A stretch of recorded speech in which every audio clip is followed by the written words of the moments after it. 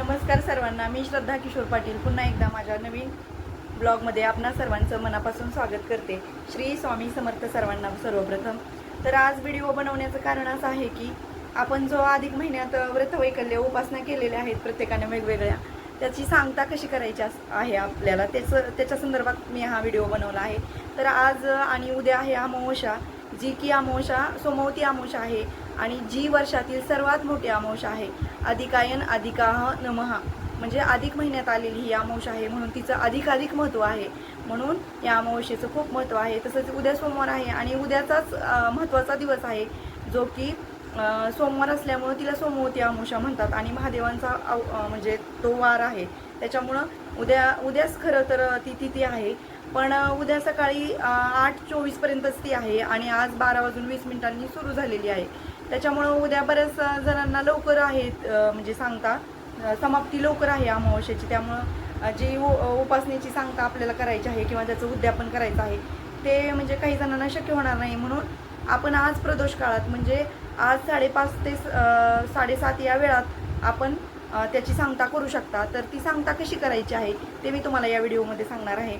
तर बऱ्याच ताई 33 गोपद्म काढतात, विष्णू सहस्त्रनाम घेतात, व्यंकटेश स्तोत्र घेतात, तसेच ओम कृष्णाय वासुदेवाय हा मंत्र घेतात। बऱ्याच वेगवेगळ्या सेवा आहेत। तसं तर आपण स्वामी मार्गात आहे तर रोज 11 माळी आणि 3 अध्याय तर घेतच असतो, पण अधिक महिन्यातल्या सेवा वेगळ्या आहेत। तसा तर मी अगोदर तो व्हिडिओ बनवला आहे, म्हणजे अधिक महिन्याच्या सुरुवातीलाच मी कोणत्या सेवा म्हणजे फलद्रूप आहेत अधिक महिन्यासाठी म्हणजे मांडल्या जातात की अधिक महिन्यात त्यांचं खूप महत्त्व आहे ते सांगितलेलं आहे। तर त्याचंच आपल्याला त्या उपासनांची सांगता कशी करायची आहे ते मी सांगणार आहे। तर आपण ज्या ताई 33 गोपद्म काढत होत्या, म्हणजे 33 गोपद्म आपण का काढावीत ह्याचं पण मी त्या मागील व्हिडिओमध्ये सांगितलं होतं की त्यांचं महत्त्व काय आहे, की 33 गोपद्म ही 33 कोटी देवांच्या चरण स्पर्शाचं पुण्य आपल्याला अधिक महिन्यात मिळतं आणि अधिक महिना हा 33 महिन्यानंतर येतो। म्हणून 33 महिन्यांचं महत्त्व खूप आहे हे मी म्हणजे त्याच्यात तुम्हाला सांगितलं आहे। तर आपल्याला काय करायची सांगता कशी करायची, तर आता तुम्ही महिनाभर गोपद्म पाठावरती काढत होता, गायींची गोपद्म काढत होता, तर आज पण तुम्ही काढले असतील तर आज प्रदोष काळात तुम्हाला काय करायचं आहे, म्हणजे ज्यांना सकाळी शक्य आहे उद्या त्यांनी सकाळी केलं तरी चालेल, पण अगदी सकाळी लवकर संपते 8:24ला, त्याच्या अगोदर शक्य नसेल तर तुम्ही आज प्रदोष काळात आज सायंकाळी प्रदोष काळातही त्याची सांगता करू शकता। तर कशी करायची आहे, तर आपल्याला गोडाधोडाचा नैवेद्य करायचा आहे।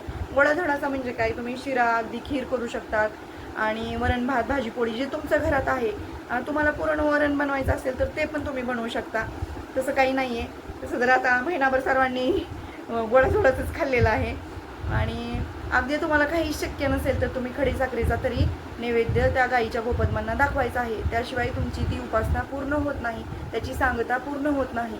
आणि कोणतंही उपासना केली व्रत केलं तर त्याची सांगता केल्याशिवाय ती उपासना पूर्ण मांडली जात नाही आपल्या हिंदू धर्मानुसार। त्याच्यामुळं आपल्याला ते करायचंच आहे।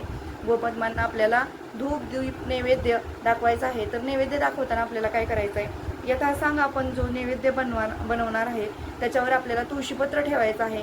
आता तुम्ही शहरात असाल तर एवढी तुळशीपत्र अवेलेबल नसतील, तुम्ही खूप सारे पदार्थ बनवले तर कमीत कमी भातावर तरी आपल्याला तुळशीपत्र ठेवायचंच आहे। आणि नंतर आपल्याला पाण्याचं भरीव असं स्क्वेअर काढायचं आहे, म्हणजे चौकोन काढायचा आहे आणि मध्ये एक डॉट द्यायचा आहे पाण्याचाच भरीव, आणि त्याच्यावर आपल्याला ते नैवेद्याचं ताट ठेवायचं आहे आणि त्याला आपल्याला 3 वेळा एक तुळशीपत्र पाण्यात बुडवून आपल्या हातात घ्यायचं आहे आणि त्या ताटासमोर धरायचं आहे आणि आपल्याला 3 वेळा गायत्री मंत्र म्हणून त्या ताटाभोवती आपल्याला ते फिरवून घ्यायचं आहे आणि ते आपल्याला त्या गोपद्मांसमोर अर्पण करायचं आहे। नंतर आणखीन एक तुळशीपत्र घेऊन आपल्याला ओम प्राणाय स्वाहा व्यानाय स्वाहा ओम अपनाय स्वाहा पराणाय स्वाहा समानाय स्वाहा उदानाय स्वाहा असा मंत्र म्हणून आपल्याला ते तुळशीपत्र आपल्याला त्या गोपद्मांसमोर अर्पण करायचं आहे।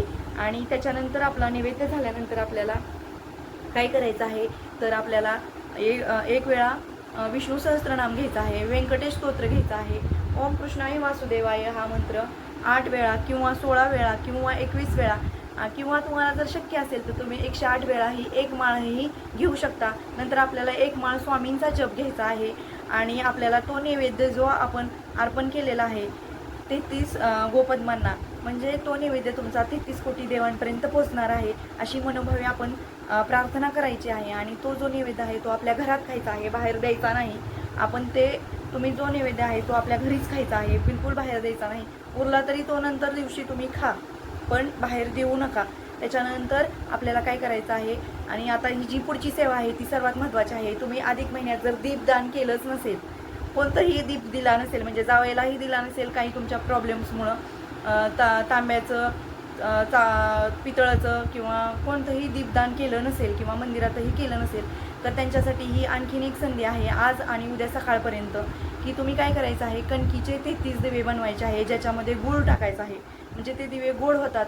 आणि ते दिवे तुम्हाला काय करायचं आहे, 33 दिवे तुम्हाला महादेवाच्या मंदिरात जाऊ किंवा म्हणजे महादेवाच्या मंदिरात जाऊन किंवा खंडोबाच्या मंदिरात जाऊन ते दिवे प्रज्वलित करायचे आहे. कारण सोमवती अमावस्या आहे, म्हणून महादेवांचं खूप महाकालांचं म्हणजे महादेव हे महाकालाचं स्वरूप आहेत. आणि मग ते आपल्याला तिथं प्रज्वलित करायचं आहे, कारण सोमवती अमावस्या आहे म्हणून. उद्या सकाळी केले तरी चालतील, पण आज प्रदोष काळात केले तरी पण चालतील, असं काही नाही. आणि ते दिवे तुम्हाला 33 अधिक महिना 33 महिन्यानंतर येतो, म्हणून प्रत्येक महिन्याचा एक दिवा असा तुम्हाला प्रज्वलित करायचा आहे. आणि सर्वश्रेष्ठ दान तुमचं होणार आहे, दीपदान होणार आहे. तर ते तुम्ही नक्की करायचे आहेत. तर कसा वाटला तुम्हाला माझा व्हिडिओ ते नक्की सांगा. माझे जर नवीन व्ह्यूअर्स असतील तर माझ्या चॅनलला लाईक, शेअर आणि सबस्क्राईब करायला बिलकुल विसरू नका. आणि तुम्हाला कसा माझा व्हिडिओ वाटला ते कमेंट्समध्ये नक्की सांगा. श्री स्वामी समर्थ.